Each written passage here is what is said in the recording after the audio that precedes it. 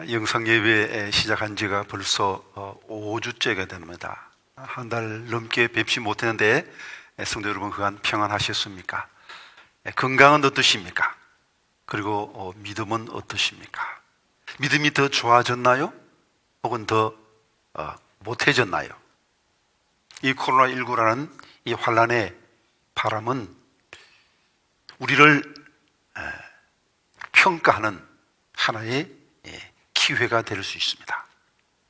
알고 있냐 죽정이냐, 바람이 불어봐야 알 수 있습니다. 강한 자가 살아남는 것이 아니라 살아남은 자가 강한 자다, 그런 말이 있습니다. 알곡이 남아있는 것이 아닙니다. 남아있어야 알곡입니다. 오히려 영상 예배 드리기 때문에 믿음이 없던 사람이 믿음이 좋아지는 경우도 있겠고, 교회에서 예배 드리지 않기 때문에 예배를 등한히 하다가 믿음이 있어 보이는 사람이 믿음이 없어지는 경우도 있습니다. 환란의 바람에 날려가면 그건 죽정입니다. 나 자신의 믿음이 알곡인지 죽정인지 한번 자신을 잘 살펴볼 수 있기를 바랍니다. 그리고 이번 기회에 예수님과 나와의 관계를 새롭게 정립할 수 있기를 바랍니다. 오늘 보면은 우리 향한 예수님의 사랑이 우발적이 아니고 어쩌다가 죽은 죽음이 아니고 계획된 의도된 죽음임을 우리에게 보여주고 있습니다. 오늘 본문은 변화산을 배경으로 하고 있습니다. 주님께서 변화산에 올라가시고 그 모습이 변화되셨죠. 누가복음 9장 28절의 말씀 같이 읽어봅니다. 이 말씀을 하신 후 8일쯤 되어 예수께서 베드로와 요한과 야고보를 데리고 기도하시러 산에 올라가사 기도하실 때 용모가 변화되고 그곳이 휘어져 광채가 나더라. 문득 두 사람이 예수와 함께 말하니 이는 모세와 엘리야라. 영광 중에 나타나서 장차 예수께서 예루살렘에서 별세하실 것을 말하세. 모세와 엘리야가 나타나서 예수님께서 예루살렘에서 별세할 것을 말씀하셨습니다. 그리고 이 체험 후에 예수님은 예루살렘으로 가기로 작정하십니다. 이제 갈릴리 지역에서의 모든 선교를 마치고 바로 유대 지역으로 주의 복음 전하기 위해서 올라가시는데 목적지는 예루살렘입니다. 그 예루살렘을 향해서 굳게 결심하시고 올라가신 겁니다. 굳게 결심하시고, 이 스테리조라는 이 단어의 뜻은 흔들리는 것을 고정시킨다는 의미가 있습니다. 예루살렘 향해 올라가는 것 결코 쉽지 않았습니다. 굳게 결심하시고 올라가셨습니다. 반드시 해야 될 일인데 그 일이 어려우면 우리는 그 일을 하기 전에 미리 마음을 단단히 먹죠. 결심하고 실행하죠. 예를 들어서 몸에 좋은 한약을 선물 받았습니다. 부모님이 해주신 겁니다. 마셔야 됩니다. 그런데 입에는 쓰죠. 그럼 어떻게 합니까? 그냥 숭늉 마실 수는 없는 거예요. 쓰니까 한번 심호흡하고 코 막고 원샷, 그렇게 행동하는 것이죠. 에스더가 민족을 구하기 위해서 왕 앞에 나갈 때 어떻게 했습니까? 죽으면 죽으리이다 결심하고 행동한 것입니다. 이제 예수님이 예루살렘으로 올라가는 것은 어떤 것입니까? 에스더의 경우와 또 다릅니다. 이건 100% 죽는 겁니다. 100% 죽는 걸 아시고 예루살렘을 향하여 가기로 굳게 결심하시고 예루살렘을 향하여 가신 것입니다. 왜? 그래야만 우리를 살릴 수 있게, 그래야만 내가 살 수 있게 나를 구원하고 예수님께서 굳게 결심하시고 예루살렘으로 올라가신 겁니다. 이제 우리 그리스도인들은 날 향한 십자가의 사랑이 얼마나 큰지 바로 알아야 됩니다. 그래야 그 십자가의 사랑을 바로 알고야 십자가를 바로 믿을 수 있기 때문입니다. 우리가 꼭 알아야 할 것은 첫 번째로 예수님의 십자가는 미리 준비된 죽음이라는 것입니다. 51절 말씀 한번 같이 읽어봅니다. 예수께서 승천하실 기약이 차감해 예루살렘을 향하여 올라가기로 굳게 결심하시고. 승천하실 기약이 차감해. 예수님은 십자가를 위하여 오셨고 십자가 후에 부활하시고 승천할 것을 이미 하나님께서 결정해 놓으셨습니다. 그 뜻을 받아들이고 이제 그 하나님의 그 계획을 실천하기 위해서 예루살렘으로 죽기로 각오하고, 아니 죽으려고 올라가신 것입니다. 그러나 실제로 이 십자가의 죽음은 그 전부터 미리 준비된 겁니다. 오늘 본문에 나온 이때부터 계획하셨을까요? 아닙니다. 그 전부터 계획된 겁니다. 미가서와 이사야 말씀 같이 읽어봅니다. 베들레헴 에브라다야, 너는 유다 족속 중에 작을지라도 이스라엘을 다스릴 자가 내게서 내게로 나올 것이라. 그의 근본은 상고의 영문에 있느니라. 그러므로 주께서 친히 징조를 너희에게 주실 것이라. 보라, 처녀가 잉태하여 아들을 낳을 것이요 그 이름을 임마누엘이라 하리라. 베들레헴에 태어나실 것을, 처녀의 몸으로 태어나실 것을 이미 700년 전에 예언하셨습니다. 이때부터 계획됐을까? 아니요, 그 전부터 계획된 거예요. 요한복음 말씀 같이 읽어봅니다. 이튿날 요한이 예수께서 자기에게 나오심을 보고 이르되, 보라, 세상 죄를 지고 가는 하나님의 어린 양이로다.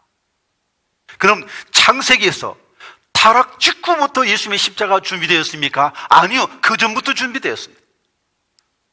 에베소 말씀 같이 읽어봅니다.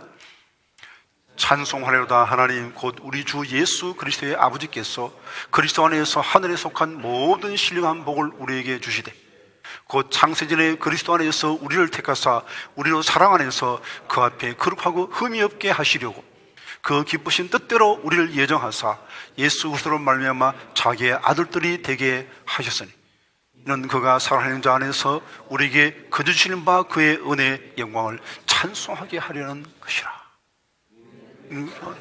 그의 은혜로 말미암아 그의 피로 말미암아 속량 곧 죄 사함을 받았느니라.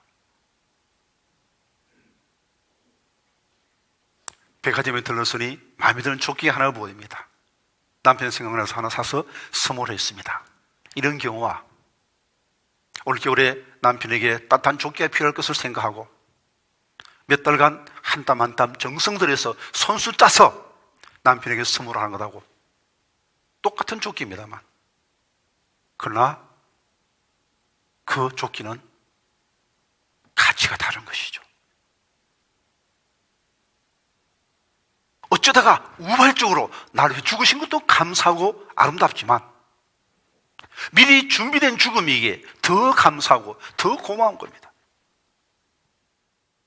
이미 창세전에 하나님의 마음에 여러분이 있었습니다. 제가 있었습니다. 우리 한 사람 한 사람은 영원전부터 하나님의 사랑을 받아온 겁니다. 그리고 나의 구원을 위하여 이미 예수님은 십자가를 지시기로 창세전에 이미 작정하신 겁니다.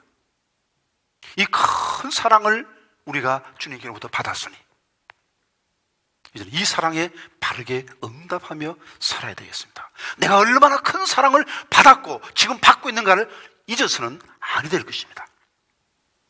두 번째로, 우리는 예수님의 십자가는 나를 위해 준비된 죽음임을 반드시 기억해야 됩니다. 52절에서 56절 말씀을 같이 읽어봅니다. 사도들을 앞서 보내심에 그들이 가서 예수를 위하여 준비하려고 사마리아의 한 마을에 들어갔더니 예수께서 예루살렘을 향하여 가시기 때문에 그들이 받아들이지 아니하는지라. 제자 야고보와 요한이 이를 보고 이르되, 주여, 우리가 불을 명하여 하늘로부터 내려 저들을 멸하라 하기를 원하시나이까. 예수를 오시고 꾸짖으시고 이르시되부터 하십니다. 이르시되 너희는 무슨 정신으로 말하는지를 모르는구나. 인자는 사람의 생명을 멸망시키러 온 것이 아니요 구원하러 왔노라 하시고 함께 다른 마을로 가시니라. 사마리아 사람들은 아수르의 혼혈 정책으로 해서 피가 섞인 사람들입니다. 절반은 유대인이고 절반은 이방인입니다. 그런데 그들은 자신들이 유대인이라고 생각했습니다. 그래서 포로로 끌려와서 돌아왔을 때, 바빌론 포로로 끌려왔던 사람들이 성전 지을 때, 야, 어서 오십시오. 우리와 함께 성전을 지으십시다. 그때 유대인들은 말합니다. 무슨 소리야? 너희들이 어떻게 유대인이냐? 하고 성전 짓는 것을 허락하지 않았습니다. 그때부터 사마리아인들과 유대인들은 원수가 됩니다. 그래서 갈릴리 지역에서 예루살렘을 가려면 사마리아를 통과하면 제일 빠른 지름길입니다. 그런데 유대인은 오른쪽으로 빙 둘러서 갑니다. 이 개 같은 족수들이 사는 땅을 밟지 않겠다는 것이죠. 그런데 간혹 사마리아를 통과해서 예루살렘을 가는 사람이 있으면 오늘 본문은 막았는데 경우에 따라서는 죽이는 경우까지 있었다고 합니다. 그들은 예수님이 누군지 몰랐습니다. 예수님이 왜 예루살렘을 가시려 하는지 그 이유를 몰랐기에 예수님을 거절한 겁니다. 그들은 예수님을 모셔서 예수님의 말씀을 듣고 구원을 받은 기회를 스스로 거절한 겁니다. 스스로 복을 차버린 것입니다. 예수가 누군지 모르면, 예수의 죽음이 나를 위한 죽음인 것을 모르면 이 같은 어리석음을 범할 수 있습니다. 예수님은 온 인류를 위해 죽으셨습니다. 그러나 적어도 내게는 예수님의 죽음은 나를 위한 죽음입니다. 이 사실을 우리가 분명히 기억해야 됩니다. 이사야 53장 말씀 같이 읽어봅니다. 그가 찔림은 우리의 허물 때문이요 그가 상함은 우리의 죄악 때문이라. 그가 징계를 받음으로 우리는 평화를 누리고 그가 채찍에 맞음으로 우리는 나음을 받았도다. 우리는 다 양 같아서 그릇 행하여 각기 제 길로 갔거늘 여호와께서는 우리 모두의 죄악을 그에게 담당시키셨도다. 이 우리의 자신의 이름을 넣어서 읽어야 됩니다. 그리고 예수 십자가가 나를 위한 죽음임을 기억하며 그 십자가의 사랑을 가슴을 활짝 열고 받아들여야 됩니다. 제가 교목 생활 한 3년 하다가 소망교회 부목사로 처음 부임해서 생전 처음 교구를 담당하게 되었습니다. 첫 번째 신방이 집사님 남편이 뇌출혈로 쓰러졌다는 것입니다. 병원에 찾아가서 신방 갔습니다. 그리고 얼마 지나서 남편이 돌아가셨습니다. 그래서 제일 첫 번째 장례식을 또한 했습니다. 그리고 한 1년여의 시간이 흘렀습니다. 이제 신방을 쭉 하는데 많은 교구를 맡았기 때문에 한 집 한 집 신방을 못하고 구역별로 신방을 합니다. 1년 전에 남편이 돌아가셨던 그 집사님이 계신 그 구역을 신방하게 되는데 마침 그 집사님이 식사를 대접하겠다는 것입니다. 강남에 있는 서민 아파트, AID 아파트인데 그렇게 집이 크지 않았습니다. 별로 기대하지 않았습니다. 근데 이게 웬일입니까? 전 그렇게 의리의리한 밥상을 받아본 적이 없습니다. 생선회부터 해서 갈비찜부터 해서 무슨 전복에서 하여튼 몸에 좋고 맛있는 것 총 망라해서 다 갖다 놔 겁니다. 와, 지금 너무 과용한 것 아닌가 좀 부담스럽게 느꼈습니다만 그 당시 제가 워낙 잘 먹을 때입니다. 소망교회 부목사님 많이 좀 제중에 제가 제일 잘 먹었습니다. 많이 오면 한 5인분까지 먹었습니다. 제가 맛있게 막 먹으니까 얼마나 기뻐하든지. 아이고 목사님 감사합니다. 감사합니다. 아이고 제가 먹어준데 뭐 감사해요. 아이고 제가 감사해요. 잘 먹었습니다. 잘 먹었습니다 하고 나왔는데 집을 나오면서 교구장에 말합니다. 목사님, 오늘 목사님 대접받은 것 1년간 대접받은 거예요. 아니, 그 무슨 소리입니까? 이 집사님이 남편 돌아가시고 그때 목사님 오셔서 장례식 해주시고 그 위로의 말씀이 너무너무 감사해서 꼭 목사님 한번 대접해드리고 싶었는데 형편이 여의치 못합니다. 그래서 목사님께 우리 구역의 신방 차례 돌아오면 제가 꼭 대접하겠습니다. 그렇게 약속을 하고는 1년간 돈을 모았다는 것입니다. 한 번씩 모아서 1년간 준비한 그 돈으로 한 끼 점심을 잘 차려서 대접했다는 것입니다. 그 말 들으니까 제가 얼마나 감동이 되는지요. 아니 나 같은 게 뭔데, 아니 담임 목사다 부목사인데 나 같은 게 뭔데 이렇게 나를 위해서 귀하게 1년간 식사를 준비하다니. 그 1년간 준비했다는 그 말에 제가 너무너무 감격했습니다. 울컥했습니다. 그런데 하나님은 영원전부터 나를 위해 십자가를 준비하셨습니다. 아니, 내가 뭔데 이렇게 하나님께서 귀히 여기시는 겁니까? 그만큼 하나님이 나를 귀히 여기셨다는 사실을 기억하셔야 됩니다.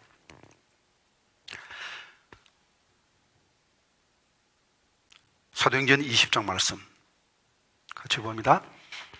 여러분은 자기를 위하여 또는 온 양떼를 위하여 삼가라. 성령이 그들 가운데 여러분을 감독자로 삼고 하나님이 자기 피로 사신 교회를 보살피게 하셨느니라. 하나님께서 자기 피로 교회를 사셨다. 이 교회는 바로 성도를 말하는 것입니다. 하나님께서 하나님의 피로 우리를 사셨습니다. 자, 어떤 물건을 산다 할 때 어떻습니까? 우리가 이 물건을 산다 하면 얼마입니까? 3만 원입니다. 3만 원 가치가 될 때 3만 원을 지불하고 사는 것이지, 이게 뭐 3만 원에 3천 원이면 되겠는데, 그런 생각이 들면 안 사는 거죠. 하나님이 하나님의 피로 우리를 살 때는 하나님 보시기에 그만큼 우리를 귀히 보셨다는 것입니다. 우리 한 사람 한 사람이 하나님께 얼마나 소중한 존재인가를 바로 깨달아야 됩니다. 그리고 그 사랑을 감사히 받아야 되겠습니다. 만약 제가 1년간 준비된 그 밥상을 거절했다 그러면 이보다 더 서운한 일이 어디 있겠습니까? 이보다 더 큰 모독이 어디 있겠습니까? 선물 주는 사람이 원하는 건 딱 하나밖에 없습니다. 감사히 받기를 원하는 것입니다. 정성껏 선물을 했는데 거절하면 이것보다 더 기분 나쁜 일이 없죠.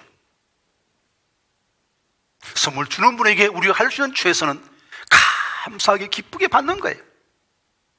제가 그 집사님이 해준 그 식사를 맛있게 먹었을 때 그 집사님이 정말 기뻐하고 오히려 감사했습니다. 하나님께 제일 고마운 사람이 누굽니까? 예수 믿는 사람이 제일 고마운 거예요. 예수 믿는 사람이 제일 사랑스러운 거예요.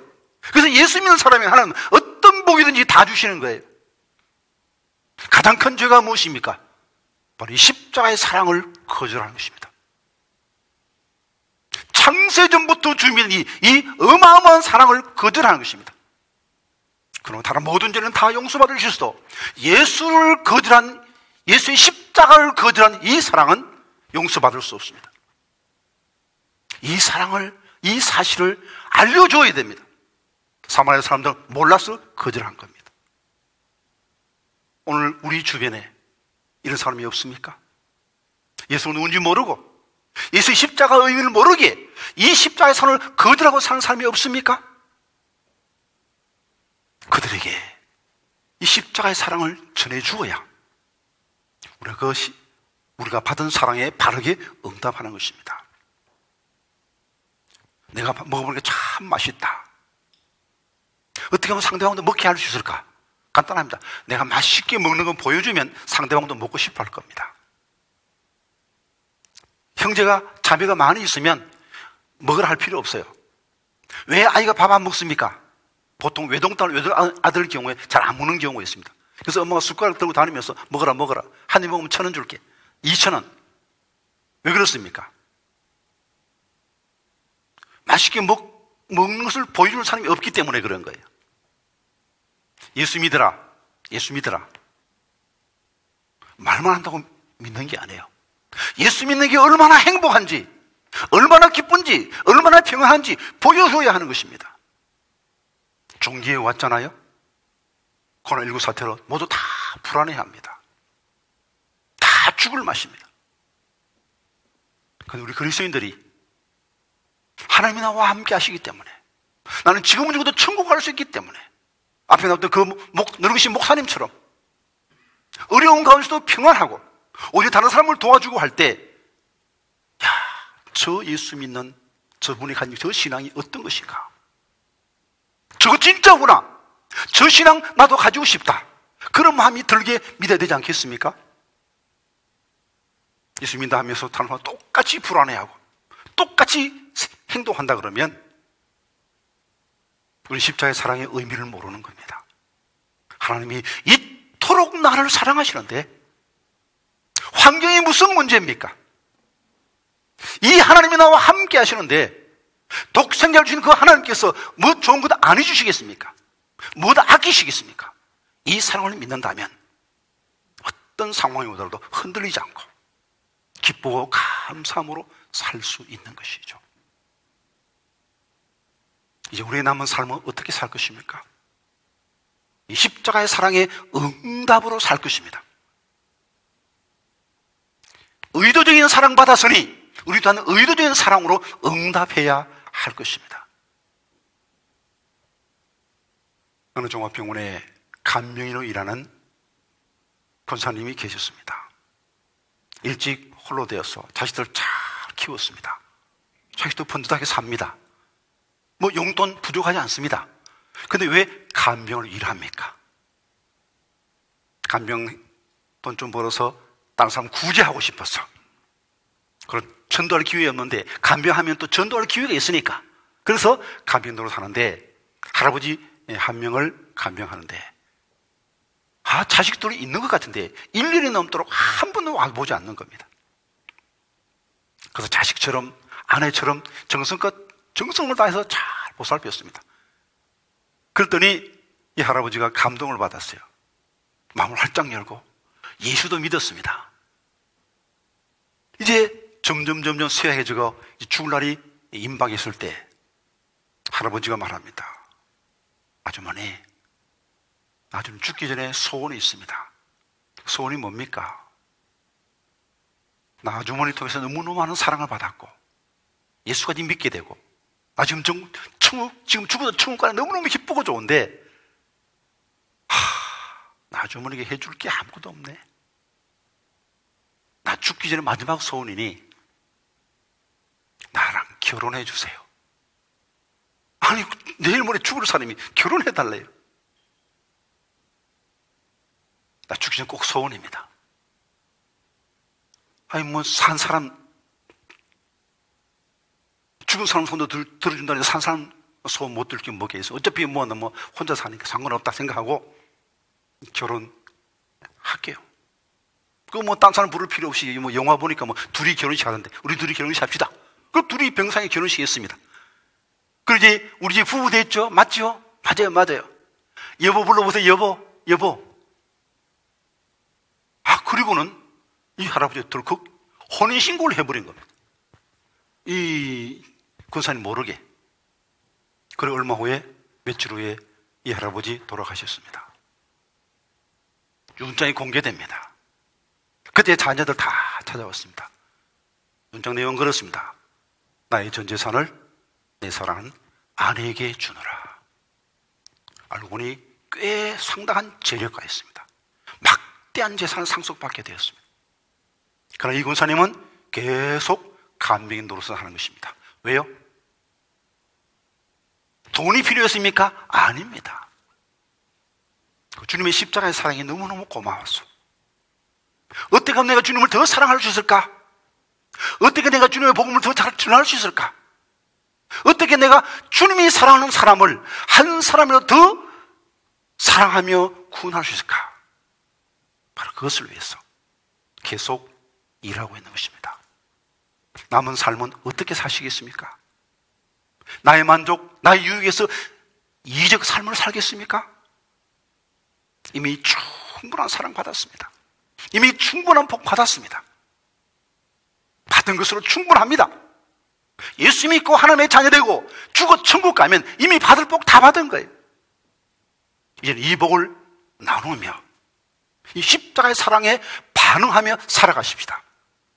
우리 계획된 죽음의 사랑을 받았습니다. 이 또한 주를 위해 죽기로 계획하십시다. 예수 위에 살고 예수 위에 죽기로 결심하고 그대로 실행하여 참으로 주님을 영광스럽게 하는 사랑스러운 그리스도의 신부들 다 될 수 있기를 간절히 기원드립니다.